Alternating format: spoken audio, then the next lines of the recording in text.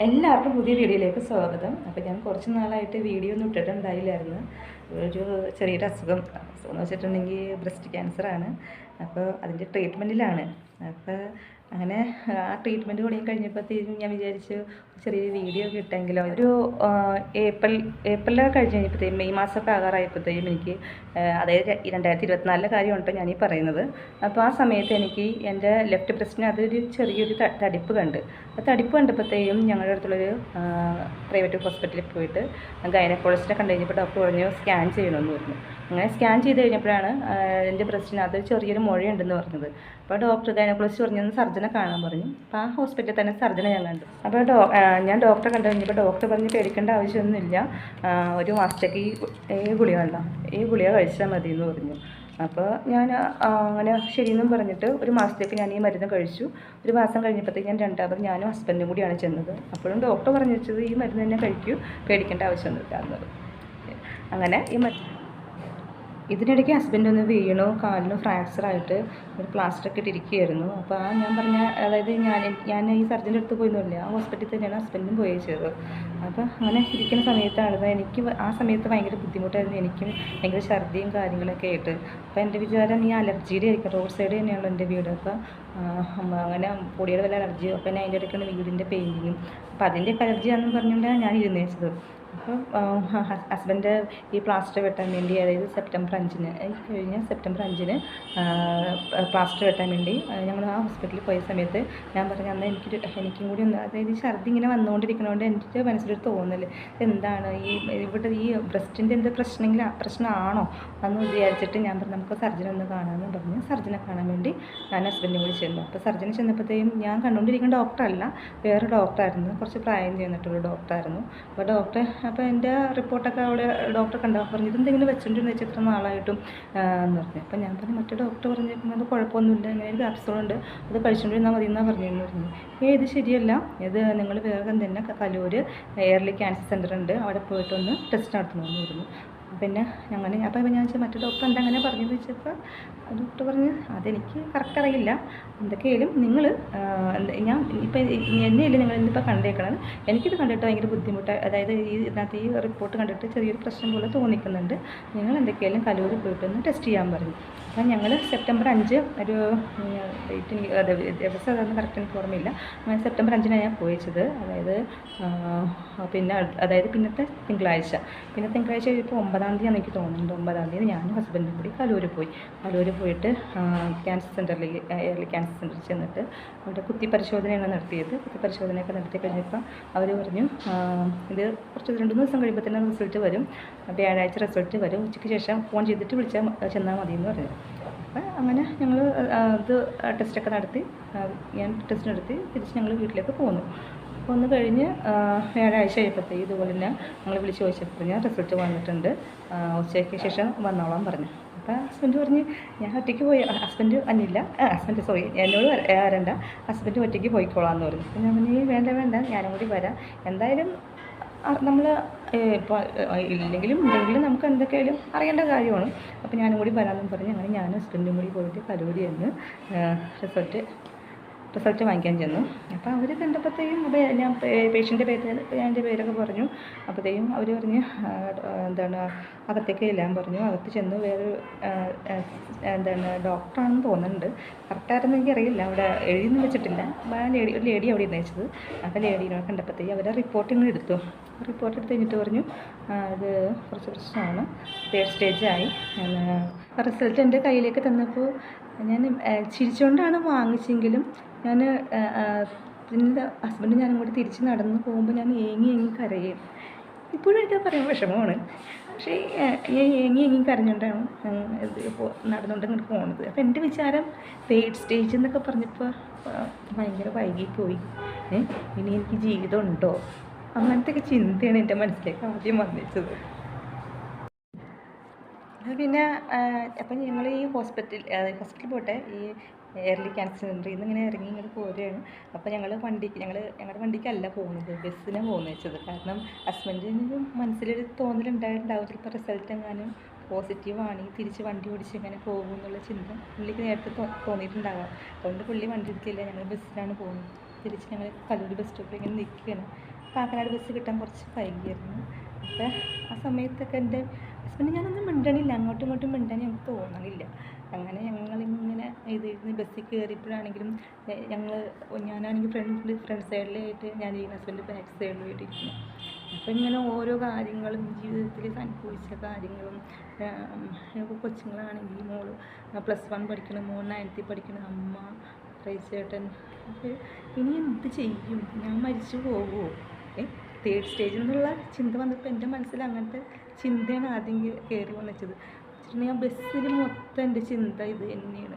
അപ്പോൾ എന്താ പറയുക, ഇതൊരു വല്ലാത്തൊരു ഫീലിങ്സാണ്. അപ്പം ഞങ്ങൾ ബസ്സിൽ നിന്ന് ഇറങ്ങി കഴിഞ്ഞപ്പോഴത്തേക്കും ഹസ്ബൻഡും പറയണത് ഇത് തന്നെയാണ്. ഞാനിങ്ങനെ ബസ്സിൽ നിന്ന് പല കാര്യങ്ങളും ആലോചിക്കുന്നത് തന്നെ, എങ്ങനെ പോകും, എങ്ങനെ ജീവിതത്തിൽ ഇനി മുന്നോട്ട് പോകും. അപ്പം റിസൾട്ട് ആദ്യം ഞാൻ ചേട്ടൻ ആദ്യം പറഞ്ഞത് അമ്മച്ചിനോടായിരുന്നു, പോസിറ്റീവാണ് എന്ന് പറഞ്ഞു, 3rd സ്റ്റേജാണ് എന്നൊക്കെ പറഞ്ഞു. അപ്പോൾ എന്താ പറയുക, ഭയങ്കര സങ്കടവും ഭയങ്കര വിഷമവും അങ്ങനെ എന്താ പറയുക ഭയങ്കര ഇതൊക്കെയായിരുന്നു.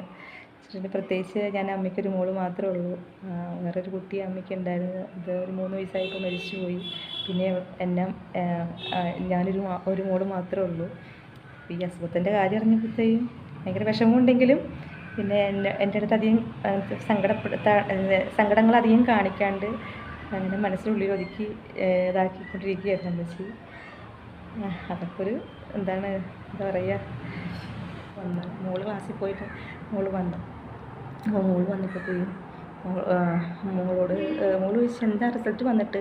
അപ്പോൾ ഞാൻ മോളോട് നീ കുഴപ്പമൊന്നുമില്ല എന്നും പറഞ്ഞ് ഞാൻ പറഞ്ഞപ്പോൾ മോള് പറഞ്ഞു അമ്മച്ചിയുടെ മുഖം കണ്ടാൽ തന്നെ അറിയാം പോസിറ്റീവ് അല്ലേ എന്ന് ചോദിച്ചിട്ട്. അപ്പോൾ ഞാൻ പറയാതിരുന്നു. പക്ഷെ മോൾക്കും ഭയങ്കര വിഷമമുണ്ടെങ്കിലും മോള് ഞങ്ങളെക്കാളും കുറച്ചും കൂടി ബോൾഡാന്ന് എനിക്ക് തോന്നുന്നുണ്ട്. വെച്ചിട്ടുണ്ടെങ്കിൽ വിഷമമുണ്ട് ആൾക്ക്. എന്നെ കാണാണ്ടാണ് ആൾ കരയണത്. എൻ്റെ കൺമുമ്പിൽ കരയാനുള്ള വിഷമിച്ച് ഇരിക്കണമെങ്കിൽ ഞങ്ങളെ കാണാണ്ട ആൾ കരയണത്. പിന്നെ ഞാൻ പറഞ്ഞു മോനോട് ഇപ്പോൾ പറയണ്ട, മോനപ്പോൾ സ്കൂളിൽ പരിപാടി എടുക്കുന്നുണ്ട്, ഈ വഞ്ചിപ്പാട്ടിനൊക്കെ അവൻ ചേർന്നിട്ടുണ്ട്.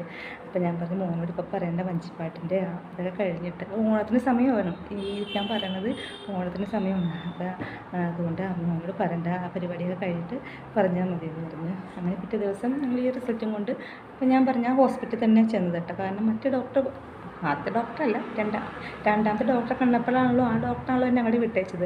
ശരിക്കും പറഞ്ഞിട്ടുണ്ടെങ്കിൽ ആ ഡോക്ടറെ എനിക്കന്ന് കാണാൻ തോന്നിയത് എൻ്റെ ഭാഗ്യമാണ്. അല്ലെങ്കിൽ ഈ ഡോക്ടറുടെ കാര്യം ഈ ഡോക്ടറിന് കുഴപ്പമില്ലാന്നും ഈ മെഡിസിൻ കഴിച്ചോന്നും പറഞ്ഞുകൊണ്ട് എന്നോട് പറഞ്ഞതുകൊണ്ട് ഞാൻ ഈ മെഡിസിൻ കഴിച്ചുകൊണ്ടിരുന്നിട്ടുണ്ടെങ്കിൽ എൻ്റെ അവസ്ഥ എന്താകുമെന്ന് എനിക്ക് ഇപ്പോൾ ഓർത്തിട്ട് തന്നെ ആ സമയത്ത് എനിക്ക് ദൈവം തോന്നിച്ചതായിരിക്കും. ചില ഹസ്ബൻഡ് ആ സമയത്ത് വീഴാനും അങ്ങനെ പ്ലാസ്റ്ററിട്ടിരിക്കാനും ഡോക്ടറെ കാണാൻ വേണ്ടി ചെന്നപ്പോൾ എൻ്റെ മനസ്സിൽ തോന്നിയതൊക്കെ അതായിരിക്കാമെന്ന് എനിക്ക് തോന്നുന്നത്. അങ്ങനെ ഞാനും ഹസ്ബൻഡും കൂടി പിറ്റേ ദിവസം ഡോക്ടറെ കാണാൻ ചെന്നു. ഡോക്ടറോട് ഞാൻ കാര്യം പറഞ്ഞു. ഡോക്ടർ പറഞ്ഞുകൊണ്ടാണ് ഞാൻ ഇങ്ങനെ പോകാൻ ചെന്നതെന്നൊക്കെ പറഞ്ഞ് ഞാൻ ഡോക്ടറെ അടുത്ത് കരയൊക്കെ ചെയ്തു. ഡോക്ടറൊന്നും പേടിക്കാനൊന്നുമില്ല, എനിക്കിത് തോന്നിച്ചായിരുന്നു മോളെ എന്തൊക്കെയായാലും. അപ്പോൾ ഞാൻ ചോദിച്ചു ഞങ്ങൾ ഇനി ഇവിടെ കാണിക്കേണ്ടതെന്ന് ചോദിച്ചപ്പോൾ ഡോക്ടറാണെങ്കിൽ മെഡിക്കൽ കോളേജിൽ കളമശ്ശേരി മെഡിക്കൽ കോളേജിൽ റിട്ടയർഡ് ഡോക്ടറായിരുന്നു. ഈ ഡോക്ടർ എൻ്റെ അസിസ്റ്റൻ്റ് ഡോക്ടറുണ്ട് അപ്പോൾ ആ ഡോക്ടർ ഒന്ന് പോയി കാണാൻ പറഞ്ഞു. പിറ്റേ ദിവസം ഉത്രാടമാണ്. ഉത്രാടത്തിൻ്റെ അന്ന് അപ്പോൾ ഞങ്ങൾ നിൽക്കാതെ തന്നെ ആ ഡോക്ടറെ വിളിച്ച് പറഞ്ഞിരുന്നു എൻ്റെ ഒരു പേഷ്യൻ്റ് ഉണ്ട്, സർജനെ തന്നെയാണ് കേട്ടോ, സർജൻ്റെ കാര്യമാണ് ഞാൻ പറയുന്നത്. മെഡിക്കൽ കോളേജിൽ സർജനുണ്ട്, അവിടെ പോയിട്ട് കളമശ്ശേരി മെഡിക്കൽ കോളേജ് സർജനെ കാണാൻ പറഞ്ഞു. അപ്പോൾ ആ സർജനോട് ഞാൻ എൻ്റെ കാര്യമൊക്കെ പറഞ്ഞു. മഞ്ജു എന്ന് പറഞ്ഞ ഡോക്ടർ പേര് സർജൻ. അങ്ങനെ ഞങ്ങൾ പിറ്റേ ദിവസം അതായത് ഉത്രാടത്തിൻ്റെ അന്ന്. അപ്പോൾ അതിൻ്റെ ഇടയ്ക്ക് രസമുണ്ട്, രസമല്ല വിഷമം തന്നെയാണ്, രസമെന്ന് പറയാൻ പറ്റില്ല. മോൻ വഞ്ചിപ്പാട്ടിൻ്റെ കാര്യം ഞാൻ പറഞ്ഞില്ലേ, വഞ്ചിപ്പാട്ട് കഴിഞ്ഞ് കഴിഞ്ഞപ്പോഴത്തേക്കും മോനോട് ഞങ്ങൾ കാര്യങ്ങളൊക്കെ പറഞ്ഞു. അവന് വല്ലാത്ത ഷോക്കായി, അവൻ കിടന്ന് കരച്ചിലും ഇതൊക്കെ ആയിരുന്നു. അപ്പം അവൻ കൂടുതൽ കരയണം എന്താണെന്ന് വെച്ചിട്ടുണ്ടെങ്കിൽ ഹസ്ബൻഡാണെങ്കിൽ എപ്പോഴും കരച്ചിലാണ്. ഹസ്ബൻഡിന് ഹസ്ബൻഡ് വിചാരിക്കണം ഞാൻ പോയി, എൻ്റെ കാര്യം പോയി. 3rd സ്റ്റേജിൽ നിന്നപ്പോൾ ഹസ്ബൻഡ് വിചാരിക്കണം 3rd സ്റ്റേജൊക്കെ ഭയങ്കര ക്രിട്ടിക്കലാണെന്നുള്ള ഒരു ചിന്താഗതിയായിരിക്കാം. അത് ഞങ്ങൾക്കും അങ്ങനെയാണ്, നമ്മളെല്ലാ മനുഷ്യർക്കും അങ്ങനെയായിരിക്കും. നമ്മൾ അസുഖത്തിൻ്റെ എത്ര വലിയ ധൈര്യം ഉണ്ടെന്നൊക്കെ പറഞ്ഞാലും പിന്നെ ഇതിനെപ്പറ്റി ഗ്രാഹ്യമുള്ള ആൾക്കാരാണെങ്കിൽ ഓക്കെ, നമുക്കതിനെപ്പറ്റി ഇതാണ് 3rd സ്റ്റേജ് എന്ന് വെച്ചാൽ പേടിക്കേണ്ടതെന്നൊക്കെ നമുക്ക് ഇപ്പോഴാണെങ്കിൽ അറിയാൻ പറ്റും. പക്ഷെ അന്നത്തെ ആ സമയത്ത് ഞങ്ങൾക്കറിയില്ല 3rd സ്റ്റേജ് എന്നൊക്കെ പറഞ്ഞിട്ടുണ്ടെങ്കിൽ ഇത് പേടിക്കണം അത്ര കുഴപ്പമില്ലാത്തതെന്നൊന്നും നമുക്ക് അറിയില്ലാത്ത കാര്യമാണ്. അപ്പോൾ ഹസ്ബൻഡ് എപ്പോഴും നോക്കിയാലും കരച്ചിലും കാര്യങ്ങളൊക്കെയാണ്. അപ്പോൾ പിള്ളേരും ചീത്ത പറയും, അമ്മച്ചിയുടെ മുമ്പിൽ ഇരുന്ന് കരയരുത്, അമ്മച്ചിക്ക് ധൈര്യം കൊടുക്കേണ്ട, അച്ഛയാണ് ഫുൾ ടൈം ഇരുന്ന് കരഞ്ഞുകൊണ്ടിരിക്കണേ എന്നൊക്കെ പറഞ്ഞുകൊണ്ട് ഹസ്ബൻഡിനെ പിള്ളേരും ചീത്ത പറയും. അതിൻ്റെ ഇടയ്ക്ക് ഹസ്ബൻഡ് കരഞ്ഞ കണ്ടപ്പോഴാണ് മോൻ ഒന്നും കൂടി കരച്ചിലായി. അച്ഛൻ കരഞ്ഞിട്ടാണ് എനിക്ക് കരച്ചിൽ വരുന്നതെന്ന് പറഞ്ഞിട്ട് മോൻ. പിന്നെ ഞങ്ങളെല്ലാവരും കൂട്ടക്കരച്ചിലായി.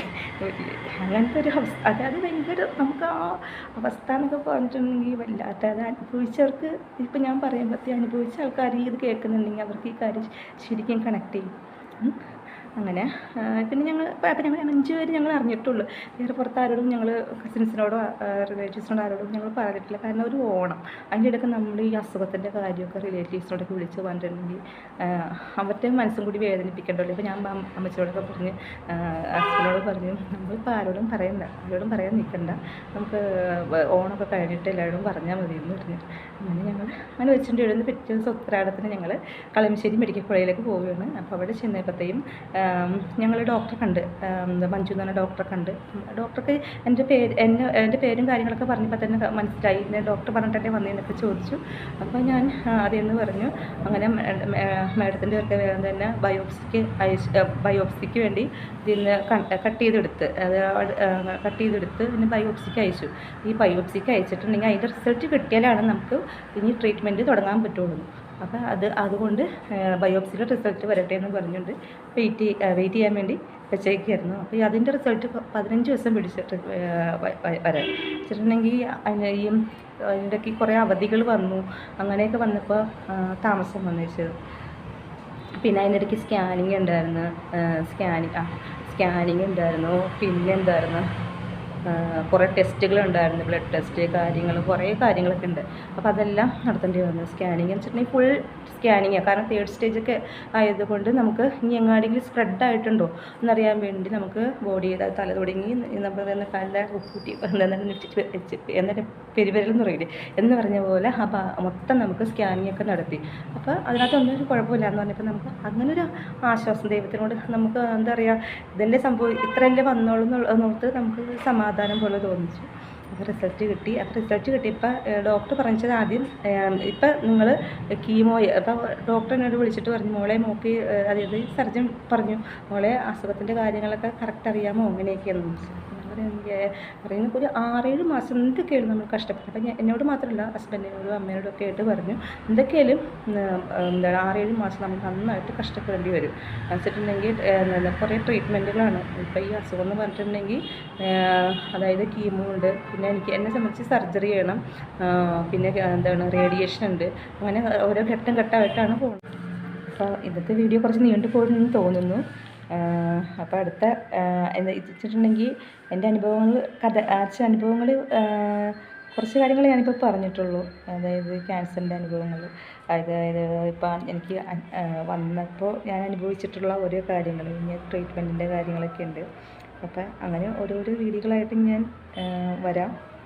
അപ്പോൾ എന്താ പറയുക, ഇപ്പോൾ ഓർക്കുന്നുണ്ടാവും, ചിലർ വിചാരിക്കുന്നുണ്ടാവും എന്തിനാ ഇങ്ങനെയൊക്കെ വീഡിയോ ഇടുന്നത്, ഓരോ അസുഖങ്ങളും ഉണ്ടെന്നും പറഞ്ഞുകൊണ്ട് വീഡിയോ എന്തിനാ ഇടുന്നതെന്നൊക്കെ ചോദിക്കുന്നുണ്ടാവും, മനസ്സിൽ തോന്നുന്നുണ്ടാവാം. അല്ലെങ്കിൽ അങ്ങനെയൊക്കെ സ്വാഭാവികം, എല്ലാവരും പലരും പല മനുഷ്യരാണല്ലോ. അപ്പം അങ്ങനെയൊക്കെ ഉണ്ടെങ്കിലും ഞാൻ ഒന്ന് പറയട്ടെ നമുക്ക്. ഇപ്പം എനിക്ക് ഈ അസുഖം വന്നപ്പോൾ ഞാൻ ആദ്യം സെർച്ച് ചെയ്തത് യൂട്യൂബിൽ അങ്ങനെയൊക്കെ തന്നെയൊക്കെയാണ്. അപ്പോൾ എൻ്റെ അനുഭവം ഇതുപോലെ വീഡിയോ കാണുന്ന ആർക്കെങ്കിലും പ്രയോജനം കിട്ടണമെങ്കിൽ കിട്ടട്ടെ എന്ന് വിചാരിച്ചിട്ട് കൂടിയാണ് കേട്ടോ ഞാൻ ഈ വീഡിയോ ഇടുന്നത്. ശരി, എന്നാൽ അടുത്ത വീഡിയോ ആയിട്ട് വരാം.